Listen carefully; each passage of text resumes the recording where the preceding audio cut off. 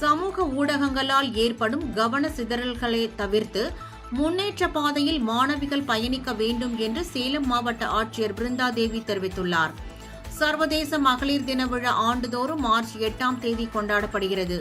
அந்த வகையில் சேலம் கோரிமேடு பகுதியில் உள்ள அரசு மகளிர் கலைக் கல்லூரியில் சர்வதேச மகளிர் தின விழா கொண்டாடப்பட்டது. இதையொட்டி மாணவிகளின் உடல் நலம் மற்றும் மனநலம் குறித்த விழிப்புணர்வு ஏற்படுத்தும் சிறப்பு கருத்தரங்கம் நடைபெற்றது. இதில் சேலம் மாவட்ட ஆட்சியர் பிருந்தாதேவி கலந்துரையாற்றினார். அப்போது மனநலம் என்பது உளவியல் நல்வாழ்வு நிலையையும் மனநோய் இல்லாத நிலையையும் சமநிலையில் செயல்படுத்தையும் குறிப்பதாக தெரிவித்தார்.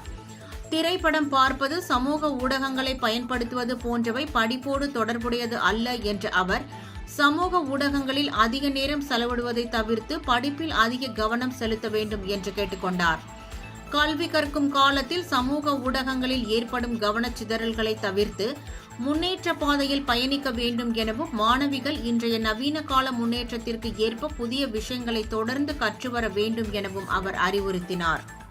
முன்னதாக மாணவிகளுடன் மாவட்ட ஆட்சியர் பிருந்தாதேவி கேக் வெட்டி மகளிர் தினத்தை கொண்டாடினார்.